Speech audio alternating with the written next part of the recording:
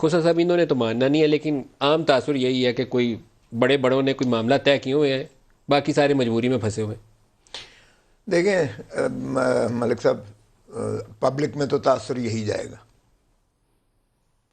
اب اوپر اللہ جانتا ہے کیا ہوا ہے کیا نہیں ہوا ہے، آج ٹویٹس آئی ہیں وہ ان کے بڑے جانتے ہوں گے یا آپ کے بھی بڑے جانتے ہوں گے، چلے ہمارے بڑے جانتے ہوں گے، اگر بڑے ہی جانتے ہیں تو زرداری صاحب جانتے ہوں گے لیڈر، چلیں ہم نواز شریف جانتے ہیں تو زرداری صاحب بھی جانتے ہیں۔ زرداری صاحب تو باہر نہیں گئے ہیں، زرداری صاحب تو جینوئنلی بیمار ہیں، کسی کو شائبہ نہیں ہونا ہمیں کہا چاہیے۔ جاتا تھا کہ وہ 150 صفحے کی رپورٹ ہے، 50 ارب سے زیادہ کے فیک اکاؤنٹس ہیں، اور سب سے تگڑے 2 کیس جو ہمیں گنوائے جاتے تھے، ایک آصف زرداری کا تھا اور دوسرا شہباز شریف صاحب کے بچوں کا تھا، وہ ہنڈی اور حوالے والے ملک صاحب میں تو اس میں دونوں کو کھاتے ہو گئے۔ میں تو اس میں وکیل ہوں،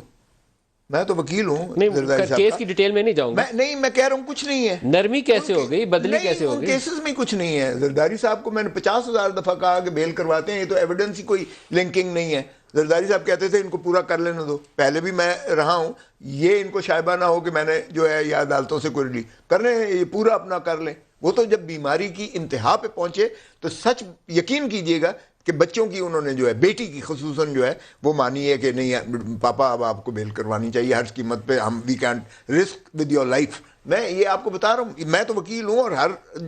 میں کہتا تھا کہ صحیح we have a very good case on merits, ہم بیل اس کو کہتے نہیں کرنے دو۔ اچھا، اس کے باوجود کہ عدالت نے ان کے مچلکے لیے ہوئے ہیں، یعنی انہوں نے 20 لاکھ کے مچلکے جمع کروائے ہوئے ہیں، پھر بھی نیب نے انہیں اریسٹ کیا، تو وہ اس لیے کیس کی ہمیں کوئی سب سے کمزور جو کیس میں رگڑے جا رہے ہیں نا اس وقت، وہ میرے خیال میں شاہد خاقان، مفتاح اور یہ احسن اقبال والا کیس ہے جو بہت کمزور بنیادوں پہ ہے۔